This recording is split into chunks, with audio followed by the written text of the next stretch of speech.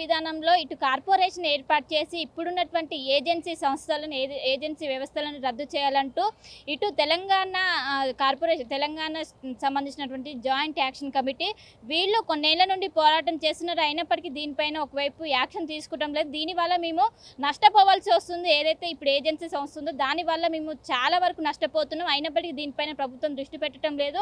ఖచ్చితంగా దీనిపైన మేము న్యాయపోరాటం చేస్తామంటూ కూడా ఒకవైపు అవుట్సోర్సింగ్ ఎంప్లాయీస్ ఏదైతే జాయింట్ యాక్షన్ కమిటీకి సంబంధించినటువంటి వాళ్ళందరూ కూడా ప్రస్తుతం ఇటు ఆర్టీవీని ఆశ్రయించడం జరిగింది. ఒకసారి వాళ్ళతో మాట్లాడదాం. స్టేట్ ప్రెసిడెంట్ ఉన్నారు, వారితో మాట్లాడదాం. అసలు ప్రధాన సమస్య ఏంటి మీది? నా పేరు పులి లక్ష్మయ్య అండి, తెలంగాణ రాష్ట్ర అవుట్సోర్సింగ్ ఎంప్లాయీస్ జేఏసీ అధ్యక్షుడిని. మేము గత 2-3 ఏళ్ల నుంచి ప్రజాప్రభుత్వానికి ఒకటే తెలియజేసుకున్నాం. గత ప్రభుత్వంలో కూడా 10 సంవత్సరాలు పార్టీ కూడా తెలియజేసినాం. ఇలా తెచ్చుకున్న తెలంగాణలో నిధులు నియమాల కోసం కొట్లాడి తెచ్చుకున్న తెలంగాణలో ఎంతసేపైనా అందరి జీవితాలు, రాజకీయ నాయకుల పార్టీ జీవితాలు బాగుపడ్డాయి తప్పితే మాలాంటి అవుట్సోర్సింగ్ ఉద్యోగస్తుల జీవితాలు అస్తవ్యస్తంగా తయారైనాయి. ఇవాళ అడ్డా మీద కూలీ కంటే ఇవాళ ఒక అడ్డా మీద కూలికి పోతే 1000 రూపాయలు 1500 రూపాయలు వస్తుంటే ఇవాళ మేము ప్రభుత్వ సంస్థల్లో పని చేయించుకుంటూ మాకు ఇచ్చే జీతం 200-300 అంటే నెలకు 10 నుంచి 15,000 రూపాయలు మాత్రం ఇస్తున్నారు. ఇది అంతా కూడా ఏజెన్సీల యొక్క కుంభకోణాలతోని మా పేరు మీద ఎక్కడ లేని విధంగా మా మీద 18% GSTలు కడతా ఉన్నారు. నిరుద్యోగుల నుంచి 2 లక్షలు 3 లక్షల రూపాయలకు ఉద్యోగాలు అమ్ముకుంటూ ఇది మీ రెగ్యులర్గా అయితే అని చెప్పు అటు నిరుద్యోగులు మోసం చేస్తూ ఇట్లా ఉద్యోగాలకు దింపుతూ ప్లస్ అలాగే ప్రభుత్వం ఇచ్చినటువంటి నోటిఫికేషన్ ద్వారా కూడా అఫీషియల్గా ఎక్కినా కూడా ఇవాళ 15,000 16,000 రూపాయలతో మేము ఇవాళ జీవితాలు బతుకుతూ ఉన్నాము. మేము ఒకటే ప్రభుత్వాన్ని కోరుతా ఉన్నాము, మీరు 730 ఈ రాష్ట్రంలో 730 ఏజెన్సీలు ఉన్నాయి, మీరు ఏజెన్సీలకు ఎందుకు రెన్యువల్స్ ఇస్తూ ఉన్నారు? మేము గత 2 సంవత్సరాల నుంచి మీకు ఒకటే చెప్తా ఉన్నాము, ఏజెన్సీలను రద్దు చేయండి. ఈరోజు వద్దు అని చెప్పినటువంటి ఆంధ్రప్రదేశ్లో కార్పొరేషన్ ఏర్పాటు చేశారు, గుజరాత్ రాష్ట్రంలో కార్పొరేషన్ ఏర్పాటు చేశారు, ఛత్తీస్గఢ్లో హర్యానా రాష్ట్రంలో సమాన పనికి సమాన వేతనం అమలు చేస్తూ ఉన్నారు. కానీ కొట్లాడి తెచ్చుకున్న తెలంగాణలో సమాన పనికి సమాన వేతనం లేదు, కార్పొరేషన్ లేదు, ఓన్లీ ఇంకా ఏజెన్సీలతో నడిపిస్తున్నారంటే ఏజెన్సీల కొమ్ము కాస్తున్నటువంటి అర్థం ఏంటంటే ఇక్కడ స్పష్టంగా అర్థమవుతా ఉంది. ప్రభుత్వాన్ని ఒకటే గట్టిగా చెప్తా ఉన్నాము, మీరు ఇప్పుడైతే ఏదైతే ఏజెన్సీలను తీసుకొస్తారో వాటిని తక్షణమే మళ్ళీ వాటిని రెన్యువల్స్ అన్నింటినీ కూడా ఏజెన్సీలు రద్దు చేసి ప్రభుత్వం యొక్క కార్పొరేషన్ ఏర్పాటు చేయాలని చెప్పి మేము కోరుతా ఉన్నాం. ఈ కార్పొరేషన్ ఏర్పాటు చేయడం వల్ల మీకు ప్రభుత్వం మీద రూపాయి భారం లేదని చెప్పి మేము అనేక నివేదికలు మీకు ప్రభుత్వానికి చేర్చినాము. ఇవాళ కార్పొరేషన్ ప్రతి నెలకు ఒక కార్పొరేషన్ ఇచ్చినట్టయితే ప్రతి ఉద్యోగస్తుడికి ప్రభుత్వం మీద భారం పడకుండా 4,000 నుంచి 6,000 రూపాయలు పెరుగుతుందని చెప్పి మేము మీకు నివేదిక అందించడం జరిగింది. మీరు కమిటీలు వేశారు, కమిటీ కూడా కాలయాపన కమిటీ తప్పితే ఆ కమిటీల వల్ల కూడా ప్రభుత్వం ఇప్పటివరకు నివేదిక తెప్పించుకునే స్థితిలో ఉన్నది. కాబట్టి ప్రభుత్వం దీని మీద తక్షణం ఆలోచన చేయాలి. అదేవిధంగా ఈరోజు మొత్తం 52 డిపార్ట్మెంట్లలో సుమారుగా 5 నెలల జీతం పెండింగ్ ఉంది. ఇలా అంటే వచ్చే 10,000 12,000 కూడా 5 నెలల జీతాలు పెండింగ్ ఉంటే ఇలా మేము ఎట్లా బతకాలి? చిన్న ఉద్యోగస్తులు ఇలా 10,000 12,000తో బతకటమే కష్టం అనుకుంటే చాలామంది మా ఉద్యోగస్తులు ఇటు ఉద్యోగాలు చేసుకుంటూ ఇంకా ప్రైవేట్ పని చేస్తూ ఉన్నారు. ఇలా కుటుంబాన్ని పోషించలేక, స్కూళ్ళు మొదలైనవి, ఇంటి కిరాయిలు కట్టలేక గెంటేస్తూ ఉన్నారు ఇంటి ఓనర్లు, ఫీజులు కట్టలేదు, ఇంటి తిందామనేది తిండి లేదు, ఇలా 5 నెలల జీతాలు పెండింగ్ పెట్టా ఉన్నారు. ఈ చిన్న సమస్యని మీరు పరిష్కరించకపోతే రాబోయే రోజుల్లో రాష్ట్ర అవుట్సోర్సింగ్ జేఏసీ పక్షాన పెద్ద స్థాయిలో నిరసనలు వ్యక్తమవుతాయని చెప్పి మేము తెలియజేసుకుంటా ఉన్నాము. అంటే మీకు వచ్చే జీతాల్లో ఇటు ఏజెన్సీ ద్వారా ఎంత శాతం కోల్పోవాల్సి వస్తుంది, ఎంత నష్టం వస్తుంది యావరేజ్గా? సుమారుగా ఒక కార్పొరేషన్ కనుక తీసుకున్నట్టయితే 5,000 నుంచి 10,000 6,000 రూపాయలు పెరుగుతుంది. మేము ఏమంటున్నాం అంటే ఇక్కడ ఒకసారి పర్టికులర్గా చూస్తే మొదటి కేటగిరీకి 15,600 రూపాయలు అయితే మీరు గవర్నమెంట్ 22,000 రిలీజ్ చేస్తున్నారు, కానీ మా చేతికి వచ్చేది 13,000 రూపాయలు. రెండో కేటగిరీకి 19,500 అయితే 17,000 వస్తుంది. అంటే సుమారుగా 7-8,000 రూపాయలు నష్టం ఇక్కడ మనకు కళ్ళకు కనబడుతుంది జీవోల ప్రకారం కూడా. కానీ మేమేమంటున్నాం, ఇక్కడ మీరు ఏదైతే ఏజెన్సీ కమిషన్ ఉన్నదో మీరు జిఎస్టీ కడుతున్నారు ఇక్కడ మనుషుల మీద 4,000 రూపాయలు. ఈ తీసేస్తే ఈ జిఎస్టీ కమిషన్ మాకే మిగులుతుందని చెప్పి మేము కొట్లాడుతూ ఉన్నాం. అలాగే ఈఎస్ఐలు ఈపీఎఫ్లు కూడా చాలామంది ఈఎస్ఐలు ఈపీఎఫ్లు ఏజెన్సీలు కట్టకుండా ఈఎస్ఐలు ఈపీఎఫ్లు కొన్ని లక్షల రూపాయలు ఇలా ఫండ్ వాడుతూ ఉన్నారు. కొన్ని మేము కంప్లైంట్ చేసినాం అనుకో ఏజెన్సీలని, కలెక్టర్ గారు ఏం చేస్తూ ఉన్నారంటే ఆ ఏజెన్సీని బ్లాక్ లిస్ట్లో పెడతారు, మళ్ళీ వాళ్ళు కొత్త పేరు పెట్టుకొని మళ్ళీ ఏజెన్సీలకు వస్తూ ఉన్నారు. ప్రతి నెల దీని యొక్క కుంభకోణం 200 కోట్ల కుంభకోణం జరుగుతుంది ఏజెన్సీల మీద. ఇక్కడ మా మీద ప్రతి నెల 200 కుంభకోణం జరుగుతుంది. ఈ కుంభకోణాన్ని ప్రభుత్వం ఆపాలని చెప్పి మేము మరీ హెచ్చరిస్తూ ఉన్నాము. ఇప్పుడు ప్రభుత్వం కార్పొరేషన్ ఏర్పాటు చేసి ఇప్పుడు మీకు అంటే ఎక్కడెక్కడ ప్లస్ అవుతుంది, అంటే ఎంత శాతం మీకు? ఇక్కడ మనకు ఏజెన్సీ కనుక రద్దు చేసి కార్పొరేషన్ చేయనట్టయితే ఇక్కడ సకాలంలో ఫస్ట్ మనకు వాళ్ళు కడుతున్నటువంటి జిఎస్టీ కట్టాల్సిన అవసరం లేదు. ఎందుకంటే ఒక కార్పొరేషన్ని నాన్ ప్రాఫిటబుల్ ఆర్గనైజేషన్ కింద మనం సంస్థ రిజిస్ట్రేషన్ చేస్తే జిఎస్టీ కట్టాల్సిన అవసరం లేదు. అంటే జిఎస్టీ 18% అంటే 4,000 రూపాయలు సుమారుగా. అతను కమిషన్ తీసుకుంటుండు 4 to 6% అంటే అది ఒక 700-800 రూపాయలు ఉంటుంది. అంటే ఈ సుమారుగా ఈ 4,000 రూపాయలు మాకు అదనంగా తక్షణం డేనే పెరుగుతూ ఉంది. అలాగే ఈ ఈఎస్ఐ వచ్చేసి ఈపీఎఫ్ వచ్చేసి వాళ్ళకు కట్టడం లేదు. ఇప్పుడు ఈ 13%, 12% అంటే ఈ ఎంప్లాయీకి 5,000 రూపాయలు ప్లస్ 780 రూపాయలు వాళ్ళు కట్టడం లేదు.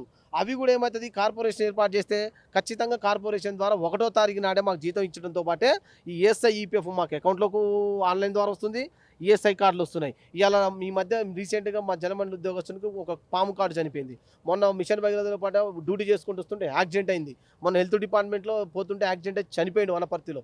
ఇలా కుటుంబాలు రోడ్డున పడ్డాయి. ఇలా సూర్యాపేట హాస్పిటల్లోకి వెళ్తే ఆర్థిక బాధల దగ్గర చచ్చిపోయింది. ఇలా కుటుంబానికి 2 చిన్నపిల్లలు ఇవాళ పడితే ఇలా ఏజెన్సీ మా మీద కోట్లు సంపాదించారు, కానీ ఆ కుటుంబాలు రోడ్డున పడ్డాయి. ఇలా ఆ కుటుంబాలు రోడ్డున పడి ఇలా కన్నీటి గాథలతో బతుకుంటే మరి ఏ ప్రభుత్వం ఆ ప్రభుత్వం ఆదుకుంటుందా, ఏజెన్సీలు ఆదుకుంటున్నాయా? మా మీద ఇంత జలగలాగా మీరు పట్టి పిడిస్తారు కదా, 200 కోట్లు తింటున్నారు కదా, మరి ఎందుకు ఆదుకోలేకపోతారు? అందుకే ఇది విధానం రద్దయితే ఆ కార్పొరేషన్ ఏర్పాటు చేస్తే మా యొక్క ఫండ్ నుంచే మేము కార్పొరేషన్కి 100 రూపాయలు ఇస్తే నెలకు మాకు డబ్బులే 2-3 కోట్ల రూపాయలు కార్పొరేషన్ ఫండ్ పోతే ఆ డబ్బులే ఎంప్లాయీలు చనిపోతే ఇవ్వమని చెప్పి మేము అప్పుడు కూడా చెప్తా ఉన్నాం.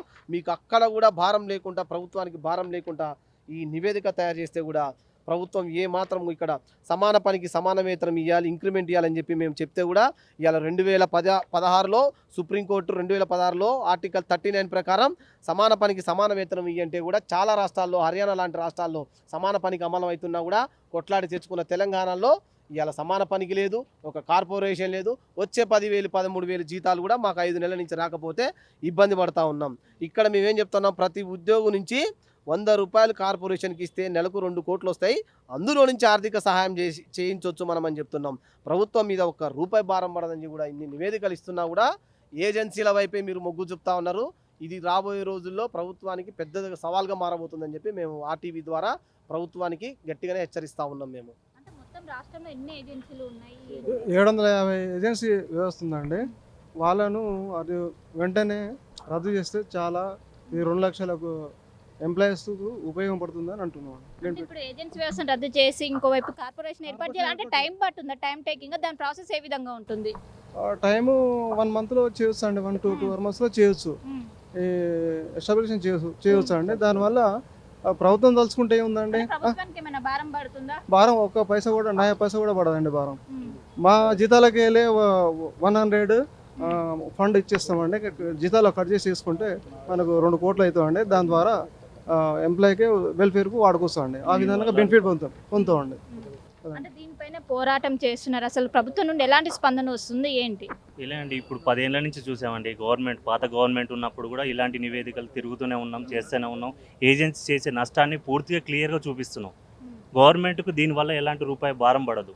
ఏజెన్సీల వల్ల వాళ్ళు మోసం చేసేది గవర్నమెంట్ మోసం చేస్తున్నారు, ఇటు ఎంప్లాయీస్ని మోసం చేస్తున్నారు. ఎందుకంటే మనం గవర్నమెంట్ ఎందుకు ఏజెన్సీని నమ్ముతుందంటే, ఏజెన్సీ వాళ్ళు గవర్నమెంట్ దగ్గర సరైన టైంలో బడ్జెట్ లేకుంటే ఏజెన్సీ వాళ్ళు ముందు మాకు జీతాలు ఇచ్చి తర్వాత గవర్నమెంట్ వాళ్ళు పే చేసినప్పుడు తీసుకోవాలి. దానికోసం వాళ్ళకి 4 నుంచి 5% 6 కమిషన్ ఇస్తారు. కానీ ఆ కమిషన్ వీళ్ళు ఇప్పుడు ఏం చేశారంటే గవర్నమెంట్కు చెప్తలేరు, మీకు చెప్తలేరు. మాకు దానివల్ల ఎంప్లాయీస్కు 4 నుంచి 5 నెలల వరకు పెండింగ్ పెడుతున్నారు. గవర్నమెంట్ కాడ లేదనే కదా ఏజెన్సీని తీసుకొచ్చింది. ఆ ఏజెన్సీ మరి ఎందుకు మరి కట్టట్లేదు? వాళ్ళని అడిగేయడానికి క్వశ్చన్ కూడా లేదు. అందుకే మా బాధను మేము బయటకు చెప్పుకొని గవర్నమెంట్కి ఎలాంటి ఇబ్బంది లేకుండా, మీకు ఎలాంటి నష్టం లేకుండా చేయమని రిక్వెస్ట్ చేస్తున్నాం. అయినా కానీ మా బాధను అర్థం చేసుకుంటారు. ఇప్పటికీ 4వసారి మాది ఉన్న తక్కువ జీతంలో మేము అందరం 2 లక్షల మంది జమ అయ్యి ఒక ఉద్యమం ధర్మ చేశాము. 4-5 సార్లు కొత్త గవర్నమెంట్కి ఫామ్ అయ్యేటందుకు అలౌప్ చేశాము. కానీ ఈ గవర్నమెంట్ కూడా మాకు ఎలాంటి మద్దతు ఇవ్వలేకపోతుంది. దాని గురించి ఈ 2 లక్షల మంది మేమే ఒక సంఘంగా ఏర్పడి జేఏసీగా ఉండి ప్రతి డిపార్ట్మెంట్ నుంచి కొన్ని డబ్బులు వేసుకొని ప్రతి సభను ఆర్గనైజ్ గుర్తు చేస్తున్నామండి. ప్రతి టీవీ నుంచి మనకు ప్రతి ఒక్కరు మనకు మద్దతు ఇస్తున్నారు. ఇంత అన్యాయం జరుగుతుందని వాళ్ళే పరిశాన్ అవుతున్నారు. కానీ గవర్నమెంట్కి ఎందుకు అర్థమవుతుందో నాకు అర్థం కావట్లేదండి. ఏజెంట్ వ్యవస్థను రద్దు చేయాలంటూ కూడా మీరు అసలు ఇందులో ఉన్న లూప్ హోల్స్ ఏంటి? అదేండి మేడం, ఇప్పుడు ఇంకోటి ఏంటంటే మేడం, ఇప్పుడు కాంగ్రెస్ ప్రభుత్వము గిగ్ వర్కర్లకు ఎలాగైతే ఇప్పుడు కార్పొరేషన్ ఏర్పాటు చేస్తుందో అదే విధంగా కూడా కానీ మన ఏదైతే అవుట్సోర్సింగ్ వ్యవస్థ కూడా కార్పొరేషన్ ఏర్పాటు చేస్తున్నామని చెప్పేసి వాళ్ళే స్టేట్మెంట్ ఇచ్చుకున్నారు. ఇది మేమైతే తయారు చేసింది కాదు మేడం, అన్ని పేపర్లలో ప్రతి ఒక్క దాంట్లో ఇచ్చినారు. అంతా రెడీ అయింది, డాటా రెడీ అయింది. ఆంధ్రప్రదేశ్లో కానీ ఎట్లయితే రెడీ అయిందో దాని విధంగా మేము రెడీ చేస్తున్నాము. మీకు మా సలహాలు కూడా అడిగారు, చెప్పినాము, ప్రతిదీ కూడా రిపోర్ట్ ఇచ్చినాము. కానీ ఇంతవరకు మరి కాంట్రాక్టర్లు ఏమైనా సంచులు మోస్తున్నారా మరి ఏంది అనేది అర్థం కావట్లేదు మాకు. అదే విధంగా ఇంకోటి ఏంటంటే మేడం, ఇప్పుడు ప్రతిదీ ఏజెంట్స్ వాళ్ళు మాకు శాలరీ కానీ ఈఎస్ఐ పిఎఫ్ కానీ టైం టు టైం సకాలంలో కట్టాలి. అది కట్టకుండా మేము అడిగామనుకోండి ఏదైనా క్వశ్చన్ చేయడం వల్ల దానికి అవసరం అంటే నువ్వు ఎక్కువ మాట్లాడుతున్నావు భయ్ అని చెప్పేసి తీయడం జరుగుతుంది. ఆ తీసిన ఉద్యోగాలని 2 లక్షలకు 3 లక్షలకు అమ్ముకోవడం కూడా జరుగుతుంది. అంటే మేము 20 ఏళ్ళ నుంచి చేసింది ఇక్కడ ఎందుకు 60 ఇది ఒక గవర్నమెంట్ సంస్థ, అందరం బాగుపడతాం, ఫ్యూచర్ ఉంటుంది అని చెప్పేసి ఎవరైనా చూస్తే కూడా పిల్లనిచ్చేటోడు కూడా ఒక సంస్థలో చేస్తుండే మీకు వీళ్ళకి పిల్లోనికి ఫ్యూచర్ ఉంటుంది, పిల్ల కూడా మంచిగా ఉంటుంది అని చెప్పేసి పిల్లనిస్తారు. ఇప్పుడు వీళ్ళు చేసే ఉద్దారకానికి ఇటు ఎవడు పడతాడు, ఇటు చనిపోయిన స్టేట్మెంట్లు పేపర్లలో వస్తుంటే పిల్లని ఇవ్వాలన్నా కూడా ఇవ్వలేకపోతున్నారు. 10 ఏళ్ళ నుంచి 15 నుంచి 10,000 నేను దగ్గర 15 సంవత్సరాలు అవుతుంది. 6,000 నుంచి మొదలు పెడితే ఎంత కొడితే 12,000 కానే ఉన్నాము. ఇలా ఉన్న కిరాయిలు ఏంది, ఇక్కడ హాస్పిటల్ ఏంది, చదువులు ఏంది, పిల్లలకేంది, ఇవన్నీ పెరుగుతూనే ఉన్నాయి. నిత్యావసర వస్తువులు ప్రతిదీ పెరుగుతూనే ఉన్నాయి. కానీ జీతాలు మాత్రం పెరగట్లేదు.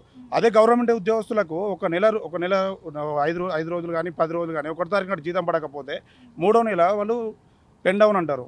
కానీ మాకు 8 నెలల నుంచి 10 నెలల నుంచి కూడా జీతాలు రాకపోతే మేము ఎవరిని అడగాలి? అడగడానికి పోతే ఉద్యోగాలు తీసేస్తా అంటున్నారు. మరి దానికి ఎవరు బాధ్యులు? దానికి గవర్నమెంట్ ఎందుకు ఇలా నిర్లక్ష్యం చేస్తున్నారు? ఇప్పుడు కాంగ్రెస్ ప్రభుత్వాన్ని మేము మద్దతు ఇచ్చి మరి ఏరుకోరి మరీ తెచ్చుకున్నాము. ఏరుకోరి పెళ్లి చేసుకుంటే ఎగిరేదన్నట్టు ఇప్పుడు మమ్మల్ని వీళ్ళు దాన్ని తట్టుకున్న పరిస్థితి మాది. అందుకని మేము ఒకటే చెప్తున్నాము ప్రజాప్రభుత్వానికి ఏంటంటే మా యొక్క ఏదైతే ఉన్నాయో ఈ కోరికలను జర మన్నించి మా తరపున కొంచెం ఒకసారి అవసరం అంటే పిలవండి మమ్మల్ని. సరే మీకు ఏదైనా అధికారులు తప్పిస్తుర్రా, ఏమి ఇస్తురా మాకు అది అర్థం కావట్లేదు. సరే నిజంగా నీకు ప్రభుత్వానికి చేయాలని చిత్తశుద్ధి ఉంటే కార్మికులను అడిగితే కదా సమస్యలు తెలిసేది. ఇక్కడ ఏంది, ఒక కార్మికునికి తెలుస్తుంది ఏదైనా కింద ఏం జరుగుతుంది అనేది. అక్కడ మీద కూర్చొని ఏసీలో కూర్చొని నీ వాడిని రిపోర్ట్ అడిగితే ఎవరు ఇస్తారు రిపోర్ట్లు? వాళ్ళు నిజమా అబద్ధమా వాళ్ళు ఇచ్చేది మీరు నమ్ముకుంటే కాదండి. ఒక్కసారి మా యొక్క కార్మికుల దగ్గరికి ఒక మోరీ ఎత్తుతున్నప్పుడు తల్లిదండ్రులకు సపోజ్ ఎగ్జాంపుల్ ఒక తల్లిదండ్రులు ఏజ్ ఎక్కువైన తర్వాత వాళ్ళని బాత్రూమ్ పోయినా ఏదైనా చేయాలన్నా కూడా అరే ఇట్లా ముక్కు మూసుకొని మరీ చేస్తారు. అలాంటిది మా యొక్క జిహెచ్ఎంసీ కానీ మా వాటర్ వర్క్స్లో కూడా మున్సిపల్ కార్మికులు ఉంటారు. వాళ్ళు డ్రైనేజ్లోకి దిగి మరి ఎవరో పోయిన దాన్ని కూడా తీయడం జరుగుతుంది. అంటే అంత పని చేస్తున్నా కూడా మనకి ఇచ్చే జీతం ఏంది, మనకి వచ్చే రోగాలు ఏంది? మనకి రోగాలు వస్తే కూడా మనకి ఒక ఈఎస్ఐ కార్డు టైంకి ఉండదు, ఒక బెనిఫిట్ ఉండదు, ఏవి ఉండవండి. దానివల్ల మేము ఒక్కటే కోరుతున్నాము, మా కార్పొరేషన్ ఇస్తే దాంట్లో 100 రూపాయల 1000 రూపాయల మనిషి ఒక ఈచ్ వన్ ఏవైతే ఉంటారో కార్మికుడు మేమే జమ చేసుకుంటాము. అవసరం అంటే ఎవరైనా రిటైర్మెంట్ అయినారు వాళ్ళకు ఒక 10 లక్షల రూపాయల అలా అని చెప్పేసి మేమే అనౌన్స్ చేసుకుంటాము. మీ భారం గవర్నమెంట్ మీద ఒక రూపాయి కూడా పడదు. అవసరం అంటే ఏంది, ఏదైతే ఈఎస్ఐ కార్డులు ఉన్నాయా అలా కాకుండా కూడా ప్రైవేట్ హాస్పిటల్ గవర్నమెంట్ మాకు సహకరిస్తే ఒక హాస్పిటల్ కట్టించారు అనుకోండి, దాంట్లో అవుట్సోర్సింగ్ ఉద్యోగస్తులను పెట్టండి. కాకపోతే మంచి డాక్టర్లు మాత్రము పర్మనెంట్ ఉద్యోగులను పెట్టండి. వాళ్ళకు కూడా నర్సులకు కూడా మేమే ఇచ్చుకుంటాం జీతము. ఇచ్చుకొని దాని ద్వారా మేము ఏదైతే ఓన్లీ ఈ కార్మికులు ఉన్నారు కదా, ఈ కార్పొరేషన్ ద్వారా ఏర్పడిన కార్మికులు వాళ్ళకు మాత్రమే ఇప్పుడు ఆర్టీసీ వాళ్ళకి ఎలాగైతే హాస్పిటల్ ఉన్నదో ఆ విధంగా మాకు కూడా ఒక హాస్పిటల్ కూడా మేము క్రియేట్ చేసుకోనికి వస్తుంది. దానివల్ల ఇప్పుడు పిల్లలకు స్కూల్స్ ఉంటాయి, ఆ స్కూళ్ళకు కూడా చదువులకు కూడా మాత్రం మేము ఇక్కడ చేసుకోనికి ఉంటుంది. ఎవరైనా చనిపోయినారు వాళ్ళకు 10 లక్షల రూపాయలు అట్లా మేము ఆర్థిక సాయం మా రూపాయి మేమే ఇచ్చుకుంటాము. అది కూడా ఇప్పుడు 5,000 రూపాయలు కాంట్రాక్టర్ తింటున్నాడు కదా, అందులోకి వెళ్ళి 5,000కి 4,000 మామూలుగా 5,000 మాకు ఇస్తే వాళ్ళకి 1,000 రూపాయలు పక్కన పెడితే అయినా కూడా మాకు 4,000 రూపాయలు వస్తున్నట్టే కదా. ఆ 4,000 లాభం వచ్చినట్టు ఉంటుంది. ఆ 1,000 రూపాయలతోని 100 మందికి సాయం చేసుకున్నట్టు ఉంటుంది, ఒకరికొకరు తోడు చేసుకున్నట్టు ఉంటుంది అనేది మా ఒపీనియన్ అండి. అంటే ప్రభుత్వ కార్పొరేషన్ కోసం కమిటీ కూడా ఏర్పాటు చేసింది, అది ఎక్కడి వరకు వచ్చింది అంటే కమిటీ వేసింది అంటున్నారు, చర్చలు అయిపోయినాయి అంటున్నారు, అంతా రెడీ ఉన్నది అంటున్నారు, ఫైల్ రెడీ ఉంది అంటున్నారు. కానీ ఏది మూమెంట్ అనేది బయటికి రావట్లేదు. వాళ్ళే లీకులు ఇస్తున్నారు అయిపోయిందని చెప్పేసి. ఇదే చెప్తున్నాను కదండి, ఇప్పుడు ఇక్కడ నెంబర్ 1 అని చెప్పేసి రైజింగ్ అని చెప్పేసి మేమైతే వేసింది కాదు, హస్తం గుర్తుతో వాళ్ళే అనౌన్స్మెంట్ చేసుకుంటుంది. కానీ ఇది బయటికి మాత్రము రిలీజ్ చేయట్లేదు. ఆంధ్రప్రదేశ్లో మన తెలంగాణ ఎందుకు తెచ్చుకున్నామండి, మన నీళ్ళు నిధులు ఉద్యోగాలు అని చెప్పేసి మనం తెచ్చుకున్నాం. కానీ ఉద్యోగాలు నోటిఫికేషన్లు రావడం లేదు. కేసీఆర్ ఉన్నప్పుడు ఆయన రిలీజ్ చేస్తాడు, ఆయన చేయలేదు. ఇప్పుడు ఉన్న ఉద్యోగస్తులకు కూడా కనీసము ఏ చేయకపోతే ఎలాగండి? మళ్ళీ ఇక్కడ గవర్నమెంటే నీట్గా మేడం, అంటే వాళ్ళు ఇది మనకు వెబ్సైట్లలో వచ్చింది, అవుట్ సోర్సింగ్ ఉద్యోగస్తులకు బర్కారు ఇప్పుడు స్పెషల్ కార్పొరేషన్ నిర్ణయం ఇది చేయడం వల్ల 4 లక్షల మంది ఉద్యోగస్తులకు ఆర్థిక సామాజిక భద్రత, ఈ బెనిఫిట్లు ఇక్కడ వాళ్ళు ఇచ్చిన సమయానికి జీతాల చెల్లింపులు, పిఎఫ్ ఈఎస్ఐ సదుపాయాలు, అసలు అవినీతికి 2 లక్షలు 3 లక్షలు వసూలు చేసేందుకు అవినీతికి ఆస్కారం లేకుండా చర్యలు, నేరుగా కార్పొరేషన్ నుంచే నియామకాలు అక్కడి నుంచే 1వ తారీఖు జీతాలు వస్తాయి. ఇది ఇంత నీట్గా స్పష్టంగా కనబడతా ఉంది. కాబట్టి ఒక్కసారి మా యొక్క అవుట్ సోర్సింగ్ ఉద్యోగస్తుల తరపున, ఆర్టీవీ మీడియా తరపున 2 లక్షల మంది గొంతుకగా రాష్ట్ర చేసి మరొకసారి ప్రభుత్వానికి గట్టిగా చెప్తా ఉన్నాము. తక్షణమే ఏజెన్సీల మీద కనుక రాబోయే స్థానిక సంస్థల ఎలక్షన్ లోపు, జూబ్లీస్ ఎన్నికల లోపు ఖచ్చితంగా ఈ ఏజెన్సీల మీద కనుక మీరు చర్య తీసుకోకపోతే రాష్ట్ర చేసి ఇంకా ఒక అడుగు ముందుకేసి అవుట్సోర్సింగ్ ఉద్యోగస్తుల కోసం కొట్లాడటం కోసం ఒక అడుగు ముందుకేసి ఎంత దూరమైన పోతానికైతే మా బతుకులు ఒకటి లేదా ఒకటే జీవోతోని ఈ రాష్ట్రంలో పనిచేస్తున్న అవుట్సోర్సింగ్ ఉద్యోగస్తులందరూ తీసివేయండి. మా బతుకులు మేము బ్రహ్మాండంగా ఎక్కడైనా బతుకుతాం. లేదా ఇట్లా ఒక డిపార్ట్మెంట్లో 20 మందిని, ఇరిగేషన్లో 50 మందిని, జిఎస్టీ డిపార్ట్మెంట్లో 50 మందిని తీసేసి, ఎక్సైజ్ డిపార్ట్మెంట్లో ఇట్లా 20-30 తీసేస్తే ఇలా 15-20 సంవత్సరాలు పనిచేసిన ఉద్యోగుడు ఎక్కడికి పోతాడు? మీకు వ్యవస్థ మీద నమ్మకం లేకపోతే ఒక జీవోతో 2 లక్షల మందిని తీసేయండి, లేదా ఒక్క జీవోతోనే కార్పొరేషన్ ఏర్పాటు చేసి అందరికీ న్యాయం చేయమని చెప్పి మేము ఆర్టీవీ ద్వారా ప్రజాప్రభుత్వాన్ని కోరుతా ఉన్నాం. అవుట్సోర్సింగ్ ఉద్యోగులకు ఖచ్చితంగా ఇటు ప్రభుత్వ కార్పొరేషన్ ఏర్పాటు చేయాలి. ఇప్పటికే పక్క రాష్ట్రాలైనటువంటి ఆంధ్రప్రదేశ్ కావచ్చు, తమిళనాడులో ఈ విధానం కొనసాగుతుంది. కానీ తెలంగాణలో మాత్రం ఏదైతే ఇటు ఏజెన్సీల వ్యవస్థ కొనసాగుతుంది, దీని ద్వారా మేము నష్టపోవాల్సి వస్తుంది. దాదాపు నెలకి 4,000 నుండి 5,000 వరకు ఏజెన్సీలు తీసుకుంటున్నారు. దీనిపైన ప్రభుత్వం రాగానే, ఏదైతే కాంగ్రెస్ ప్రభుత్వం అధికారంలోకి రాగానే దీనిపైన ప్రత్యేక దృష్టి పెడతాం. ప్రభుత్వ కార్పొరేషన్ ఏర్పాటు చేస్తామన్నప్పటికీ ఇప్పటికీ ఒకవైపు కమిటీ వేసి దీనిపైన కాలయాపన చేస్తుంది. ఒకవేళ దీనిపైన ఆగస్టు 15 పైన దీనిపైన ఎలాంటి నిర్ణయం తీసుకోకపోతే మేము స్తంభింపజేస్తాం. అందరం కూడా ఎక్కడికక్కడ మొత్తం కూడా ఉద్యోగాలు మానేసి రాష్ట్రం మొత్తం కూడా స్తంభింపజేస్తామంటూ కూడా ఇటు ప్రభుత్వానికి అయితే అల్టిమేట్ ఇస్తున్నారు. కెనపర్సన్ కోటితో కలిసి శిల్ప అటవే, హైదరాబాద్. తెలుగులో న్యూస్ కి ఫాస్టెస్ట్ యాప్ ఇప్పుడు టోటల్లీ న్యూ అవతార్లో జస్ట్ 5 seconds లో కంప్లీట్ న్యూస్. సోషల్ మీడియాలో ట్రెండ్స్ కి one stop solution. Live TV app voice search option తో ఇప్పుడే డౌన్లోడ్ చేయండి లేదా అప్డేట్ అయిపోండి.